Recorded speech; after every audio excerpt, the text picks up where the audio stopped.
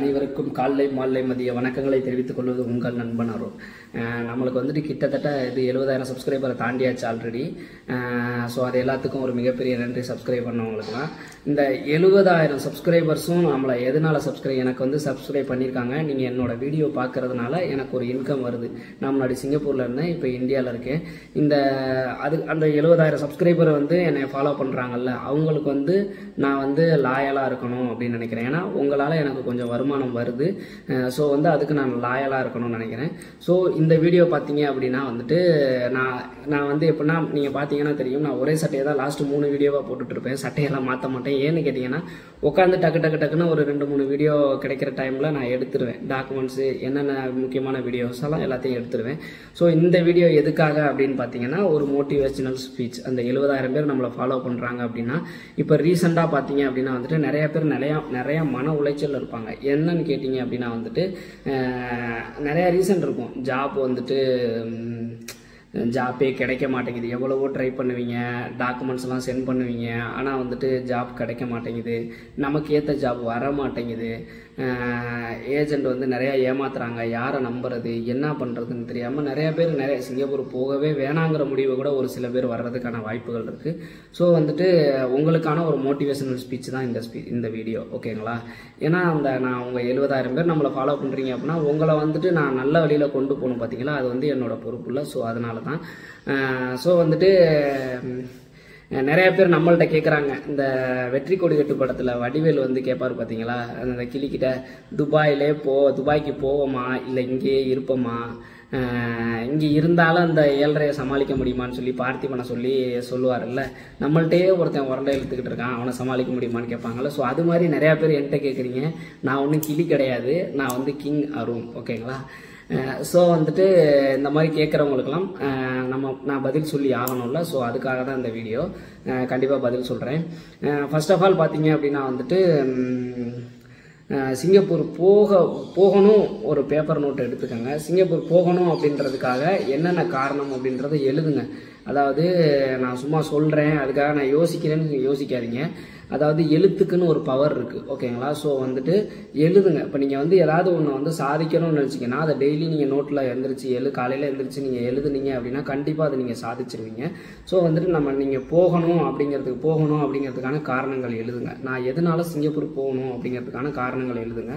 அதே மாதிரி போகாமல் இங்கே இருந்தால் நம்ம என்ன பண்ணலாம் அப்படின்றதுக்காக காரணத்தையும் எழுதுங்க, ஓகேங்களா? ஸோ அது வந்து ஒவ்வொருத்தங்களுக்கும் மாறுபடும். ஒவ்வொருத்தங்களுக்கு ஆனால் போகணுன்றதுக்கு காரணம் மணியாக தான் இருக்கும். போக வேணான்றதுக்காக காரணம் வந்து பெருசாக அதாவது பிஸ்னஸ் இருக்குது, இல்லை எனக்கு நிறையா பணம் இருக்குது ஆனால் நான் சொந்த காலில் நிற்கணுங்கிறதுக்காக போகிறேன், இந்த மாதிரி ஒரு சிலர் இருப்பாங்க. ஆனால் லைஃப்பில் நான் ஜெயிச்சே ஆகணும், முன்னேறியே ஆகணும் அப்படின்றதுக்காக சிங்கப்பூர் போகணும் அப்படிங்கிறதும் இருக்கும், வெளிநாடு போகணும் அப்படின்ற ஒரு இதுவும் இருக்கும். ஸோ இதை எழுதுங்க. எழுதுனீங்க அப்படின்னா உங்களுக்கே தெரிஞ்சிடும். இதை எழுதுனீங்க அப்படின்னா நான் கட்டாயமாக சிங்கப்பூர் போய் தான் ஆகணுமா, இல்லை இருக்கலாமா, இங்கே இருந்தாலும் நம்மளால் சமாளிச்சிட முடியுமா அப்படிங்கிற மாதிரி இருக்குது பார்த்தீங்களா? ஸோ வந்துட்டு அதை எழுதிருங்க.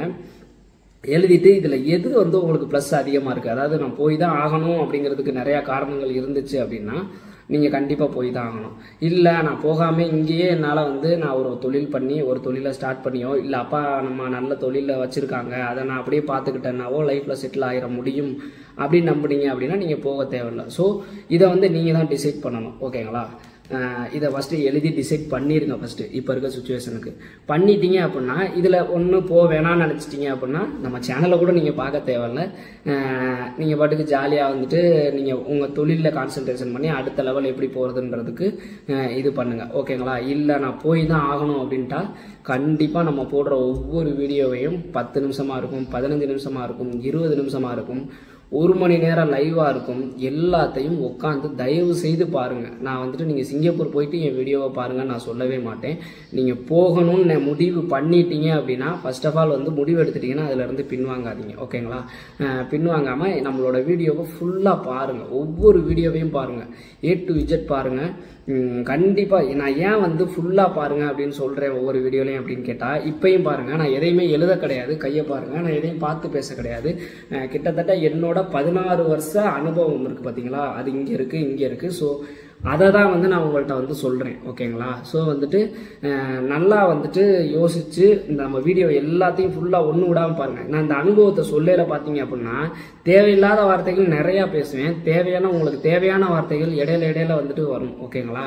ஸோ அதாவது தேவையில்லாத வார்த்தை உங்களுக்கு தேவையில்லாத வார்த்தைகளாக இருக்கும், அது மற்றவங்களுக்கு தேவைப்படும். ஓகேங்களா? ஒவ்வொருத்தவங்களுக்கும் ஒவ்வொரு மாதிரியான தேவைகள் இருக்கும். ஸோ வந்துட்டு ஆனால் உங்களுக்கு தேவையானதை எங்கே சொல்லுவேன்னு எனக்கே தெரியாது, இந்த நிமிஷத்தில் சொல்லுவேங்கிறது எனக்கே தெரியாது. ஸோ நம்ம வீடியோவை ஃபுல்லாக பார்த்தீங்க அப்படின்னாவே சிங்கப்பூர் போகாமல் நீங்கள் வந்து சிங்கப்பூரில் என்ன இருக்குது, என்ன இப்போதைய சுச்சுவேஷன் என்ன, வேலை எப்படி இருக்கும், எல்லாத்தையுமே நீங்கள் தெரிஞ்சுக்க முடியும். ஓகேங்களா?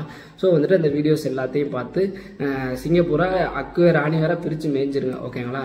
நல்லா தெரிஞ்சுக்கிட்டீங்க அப்படின்னா நெக்ஸ்ட் என்ன பண்ணோம்னா சரியான ஏஜெண்டை சூஸ் பண்ணணும். ஓகேங்களா? இந்த இந்த இந்த கட்டத்துக்கு சரியான ஏஜென்ட்டை சூஸ் பண்ணுறதுக்கு நிறையா லைசன்ஸ்டு ஏஜென்சி நிறையா பேர் நல்ல விதமாக பண்ணிக்கிட்டு இருக்காங்க.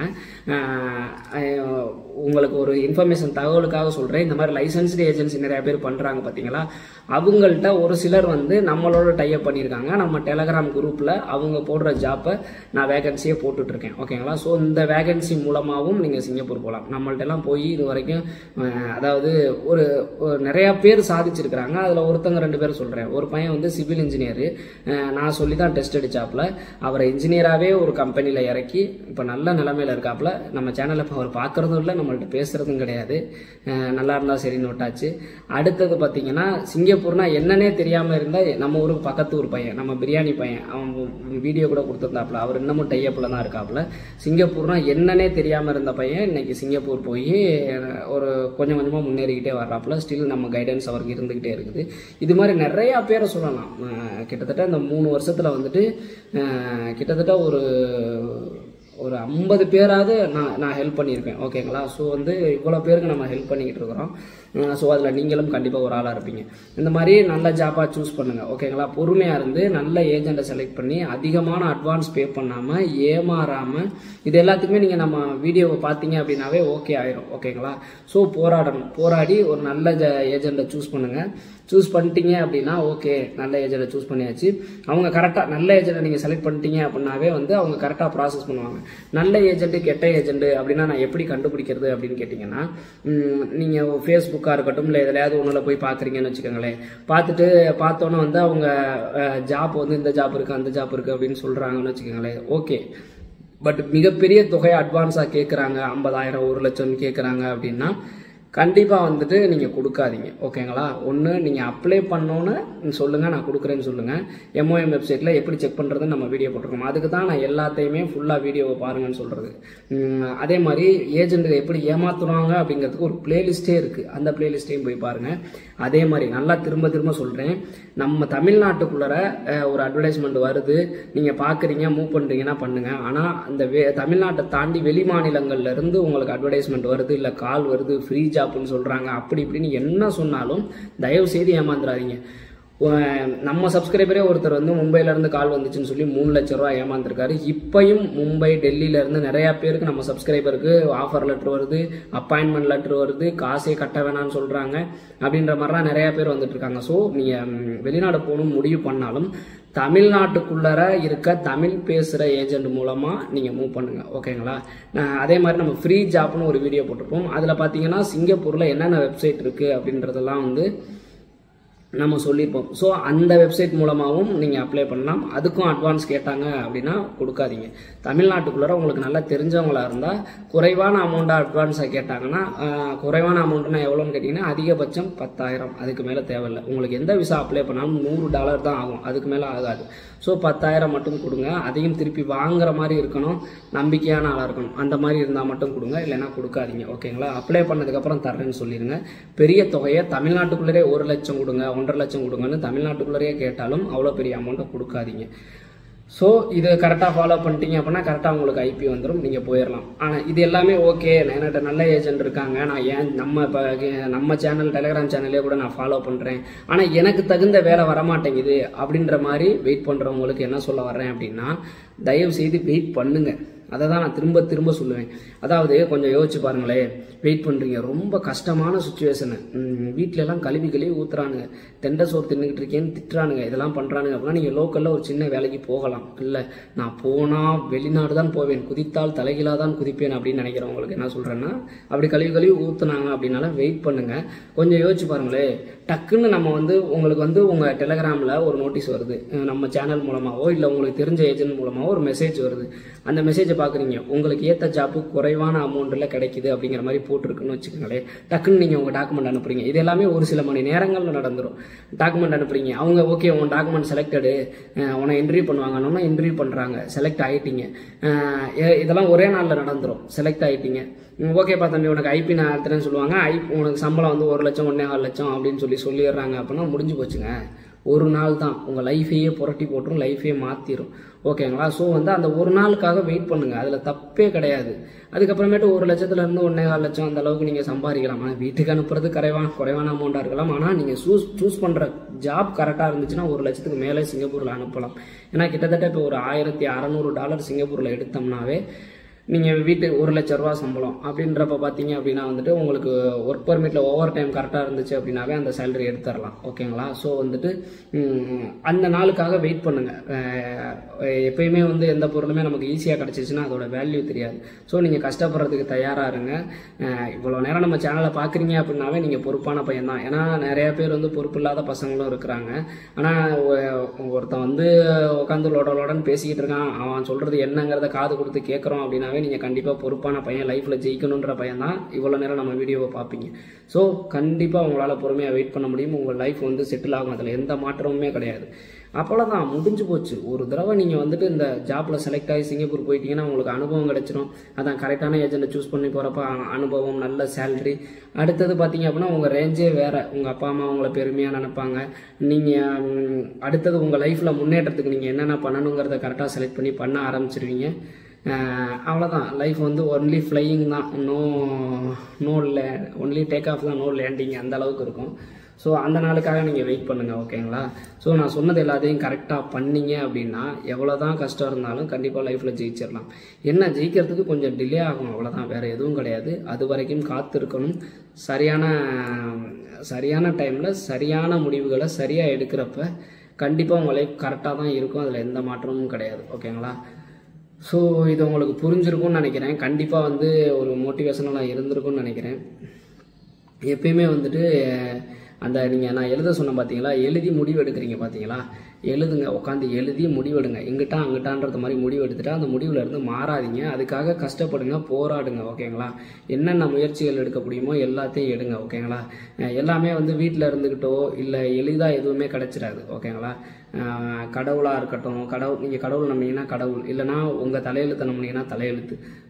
ஸோ வந்து உங்களை ரொம்ப சோதிக்கும், போட்டு பார்த்துரும், என்னடா அப்படின்ற மாதிரி. எல்லாத்துலேயும் நீங்கள் அடி வாங்கி தாங்கணும். தாங்கி வா, என்னதான்டா இதுக்கு மேலே என்னடா இருக்குது, வாடா பார்த்துடலான்ற மாதிரி தில்லா நின்னீங்க அப்படின்ற பட்சத்தில் லைஃப்பில் நீங்கள் கண்டிப்பாக ஜெயிச்சிடுவீங்க.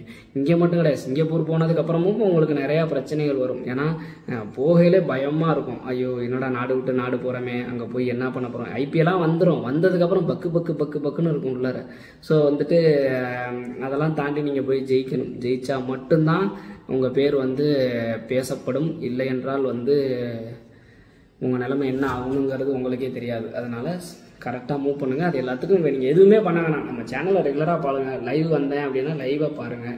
பார்த்து அதில் உங்களுக்கு தேவையான தகவலை எடுத்துக்கிட்டு நல்லபடியாக சிங்கப்பூர் போங்க. சிங்கப்பூர் போனோன்னா நம்ம சேனலை மறந்துடுங்க, ஒன்றும் பிரச்சனை இல்லை. நான் ஐயோ மறக்காதீங்கலாம் சொல்லலை, தாராளமாக நீங்கள் நல்லா இருந்தீங்கன்னா போதும், அவ்வளோதான், வேறு எதுவுமே வேண்டாம்.